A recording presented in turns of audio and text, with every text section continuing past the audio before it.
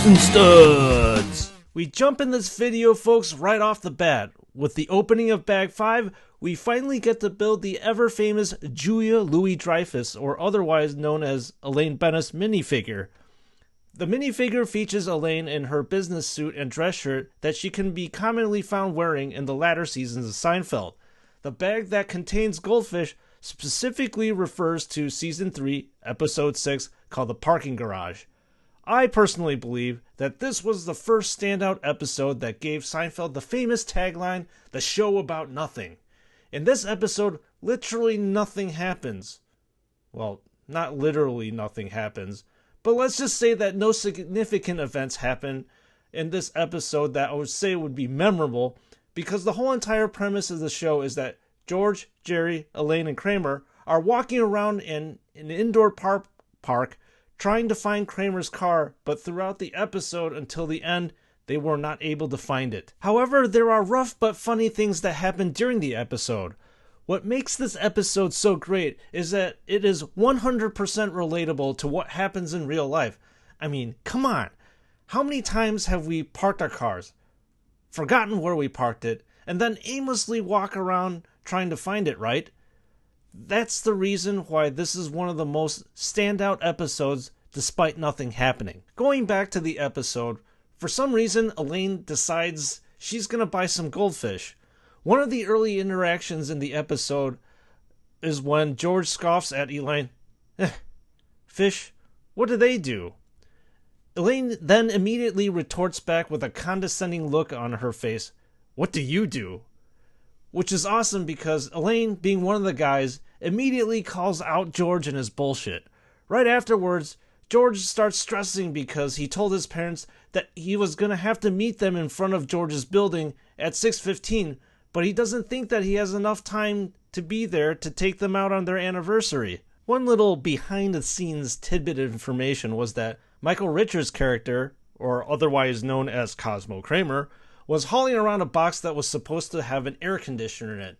The production people insisted that the box be empty, but Michael Richards, wanting the show to be realistic, had the box stuffed with something heavy in it.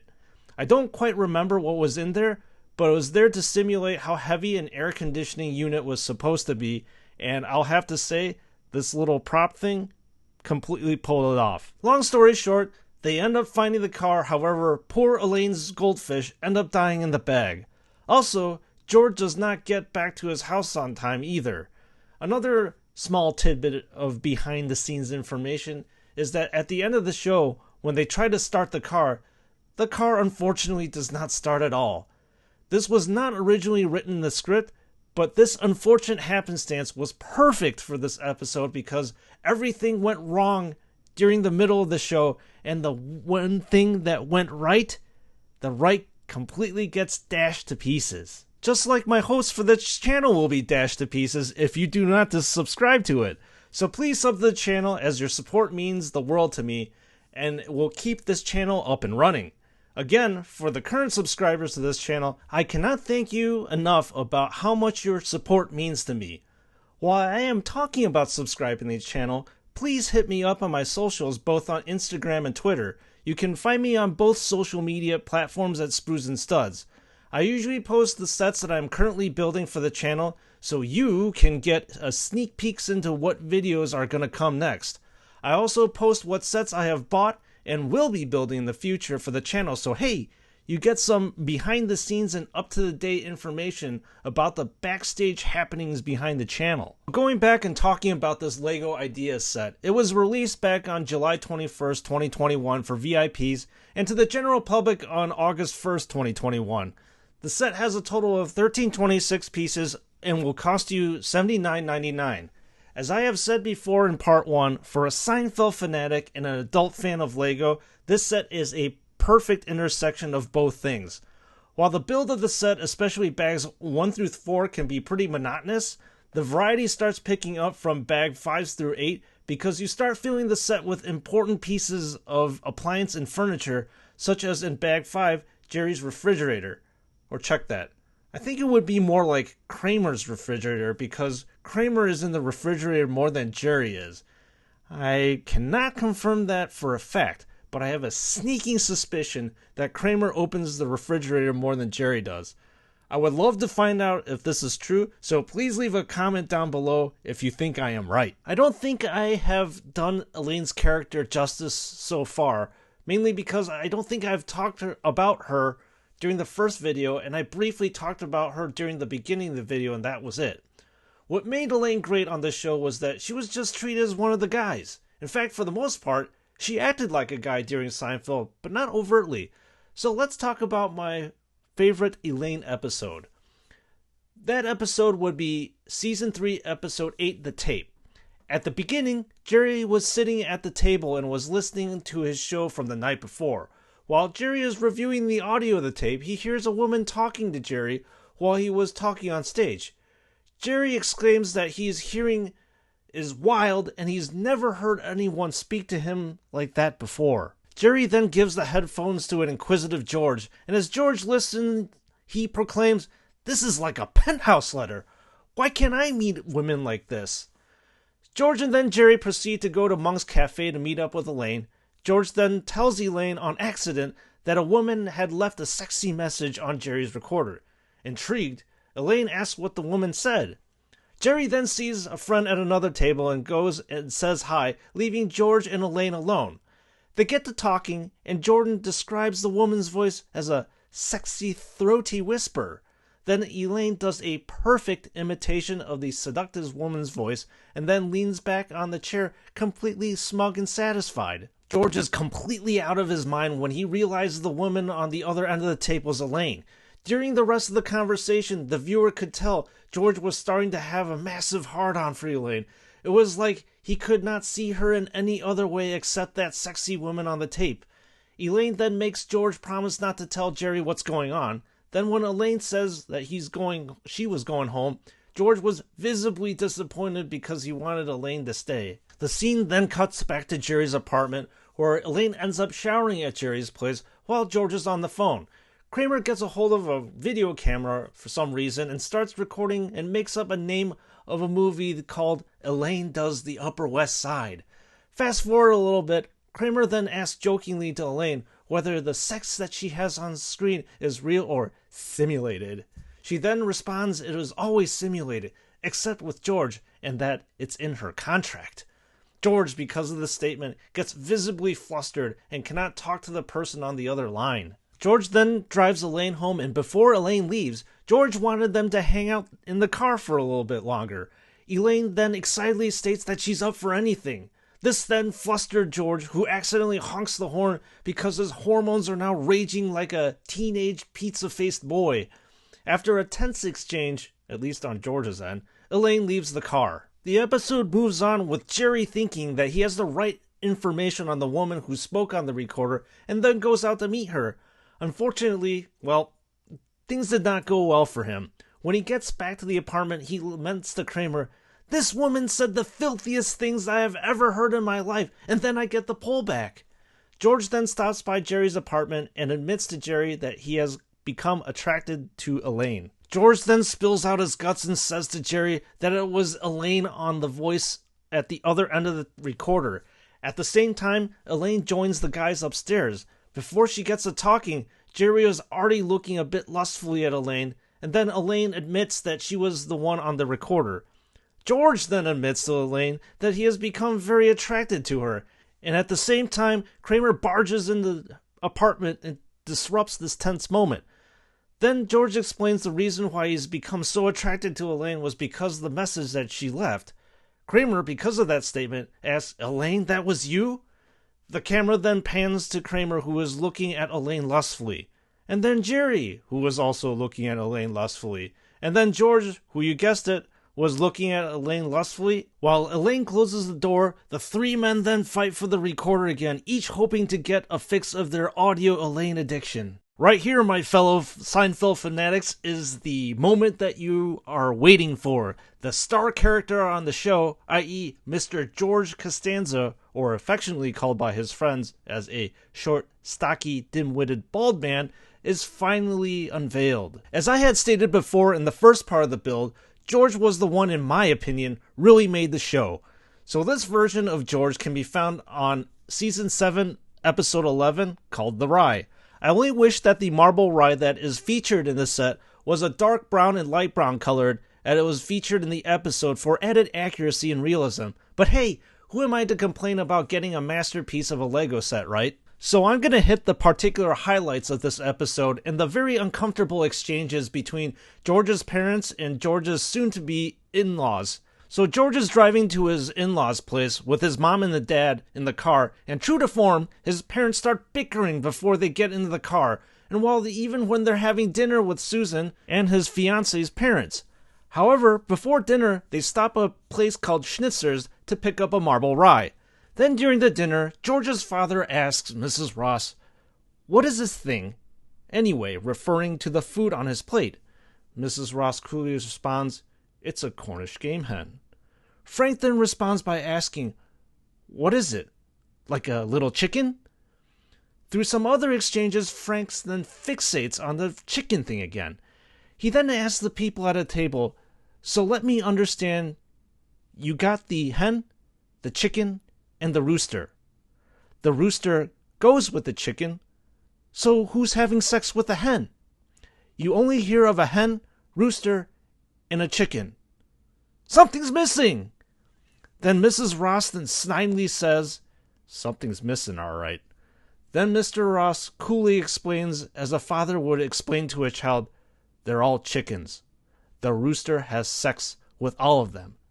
Frank then responds in amazement and exclaims, "That's perverse!" The dinner conversation gets more heated, and fast forward through the episode, the scene cuts away to when Frank is driving George and Estelle home. During the car ride, George's parents are extremely critical of the Rosses, as they keep ripping into the Rosses' lack of hospitality. George then finds the marble rye on his lap and very confusedly asks, "What is this? The marble rye?" The scene then shifts back to the Ross's place, and Mrs. Ross exclaims, "Oh dear, I forgot to put out the bread that they brought." Then shift back to the car, where Estelle or Mrs. Costanza says, "We forgot to bring it in." Frank says, "Oh, I brought it in. They never put it out." Through some more exchanges, George asks in a flabbergasted manner, "You stole the bread?" Frank then says, "Apparently it was not good enough for them to serve, so I took the bread back." The episode then comes back to the Ross's apartment. Mrs. Ross asks, "Is it possible they took it back?" Then Susan, their daughter, incredulously asks, "Who would bring a bread and take it back?" Then Mr. Ross delivers the gut-wrenching line, "Those people, that's who. I think they are sick."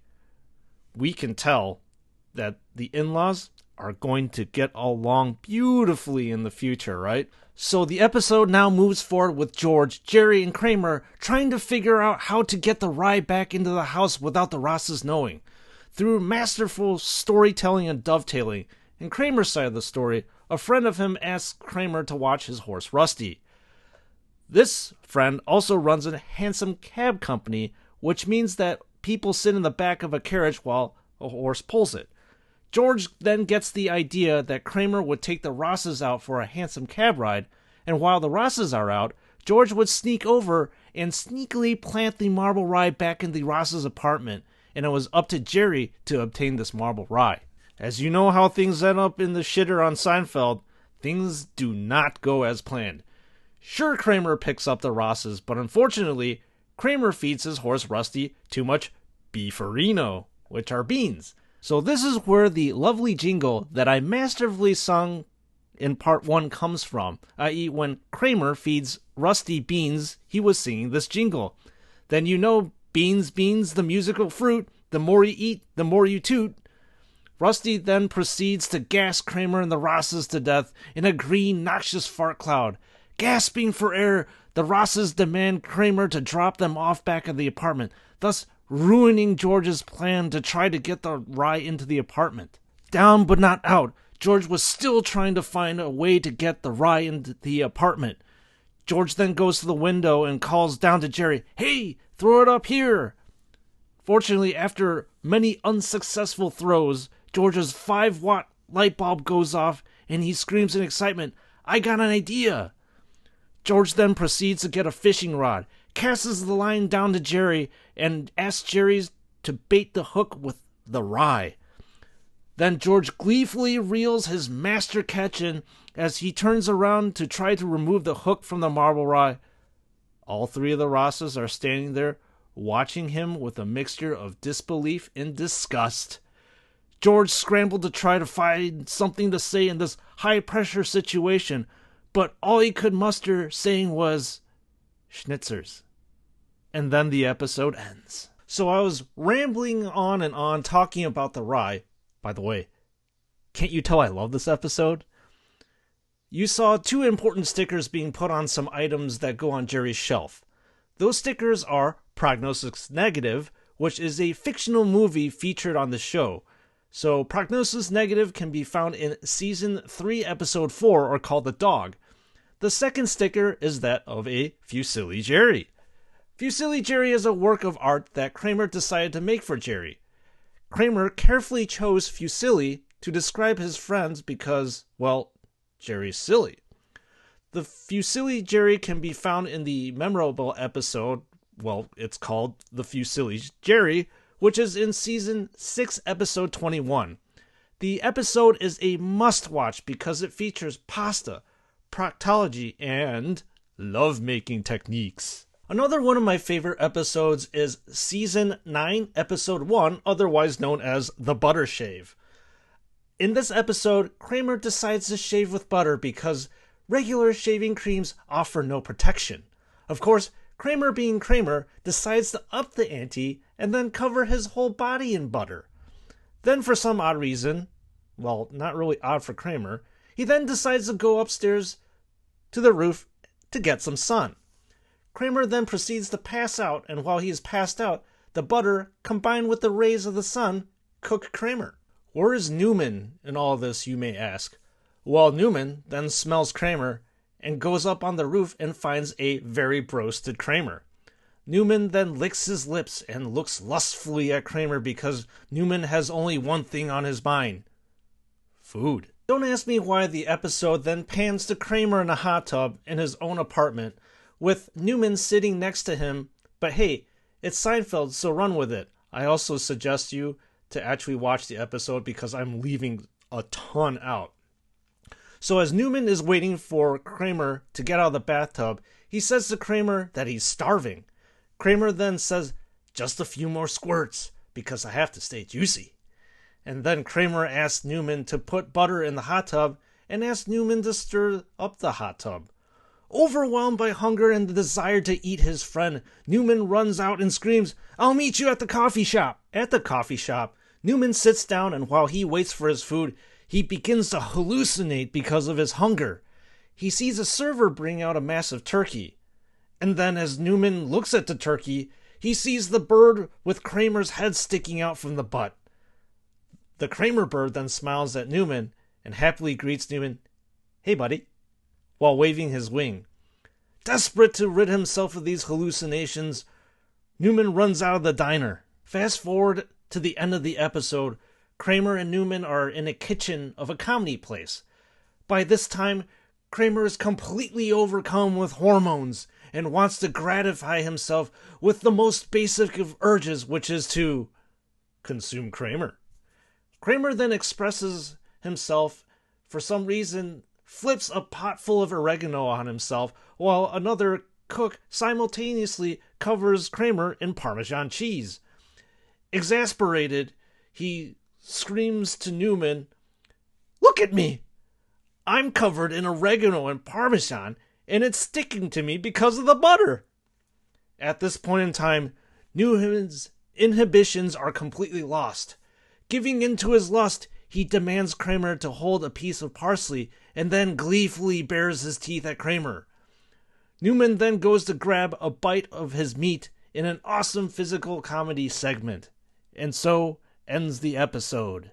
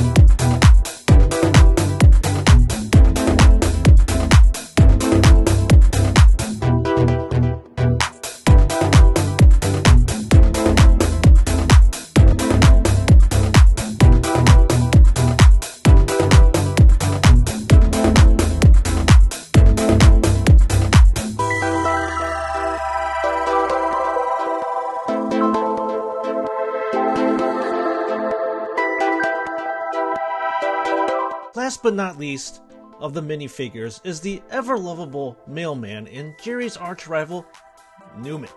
I also have very fond moments of Mr. Newman, especially in Season 8, Episode 8, The Chicken Roaster, Season 9, Episode 1, The Butter Shave, and finally Season 9, Episode 4, The Blood. Specifically in The Chicken Roaster, Kramer said that he had wanted to move in with Jerry because Kramer was concerned about his rods and cones in his eyes.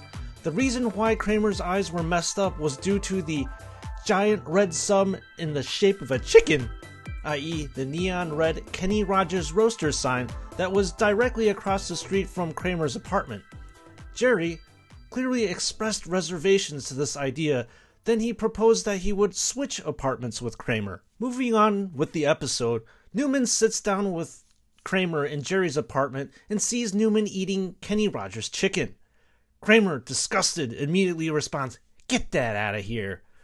Newman, being the salesman, digs into the chicken with absolute gusto and proclaims, "Well, the man knows how to make a pretty strong bird."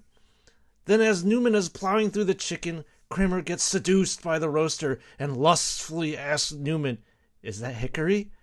Newman then responds, "It's the wood that makes it good."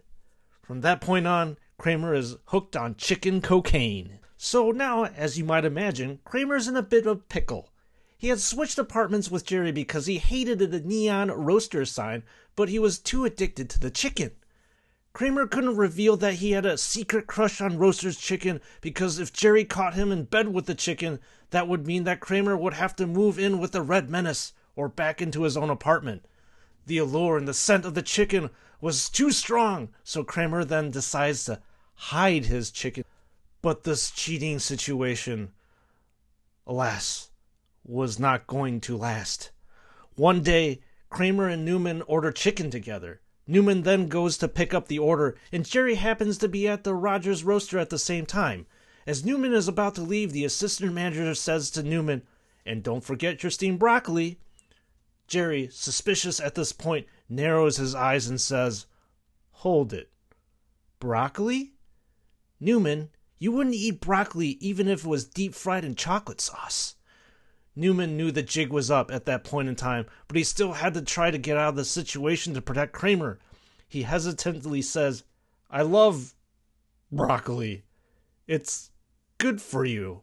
Jerry calls Newman's bluff and offers Newman some broccoli. Newman visibly balks at this prospect, but keeps going on with the ruse and says, "Gladly," and takes a bite out of the broccoli. Not more than 2 seconds later, Newman projectile spits the green menace out of his mouth and exclaims, "Vile weed!" And so Kramer, the cheater, was caught chicken-handed, while Newman then demands some honey mustard to chase the bad taste of broccoli out of his mouth. And so ends the most epic of builds, my fellow Brick family. I'm really sad, but you know the saying, all good things must come to an end. I could seriously sit here and wax poetic and talk about Seinfeld and the episodes ad nauseum, but we're out of time. I'm fully aware that we really did not talk too much about the set while I was building, but I decided to let your eyes decide how good this set is so that you can determine whether this set is worth buying or not.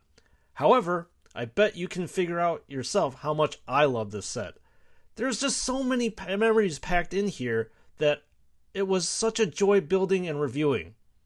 Maybe not so much reviewing up until now. Again, bags 1 through 4 are pretty repetitive because you are building the floors and the walls, which don't offer too much variation. In fact, actually bag 9 is rather repetitive too because you're building 4 of the same spotlights. However, bags 5 through 8 really breathe life into the set with Jerry's refrigerator, the 2 couches where the main characters sit, and the various paintings that are hung on the wall. To sum it up, this is a no-brainer must-buy for all LEGO and Seinfeld fans. I hope LEGO will create another set based off of Monk's Cafe, because if they do, that will be another must-buy for me. So that's it, folks. Thanks for sticking around until the end of the video. Again, your support means so much to me that I can't thank you enough. This is Spruce and Studs, and I'm out of here, and I will see you all, my brick family, in the next build.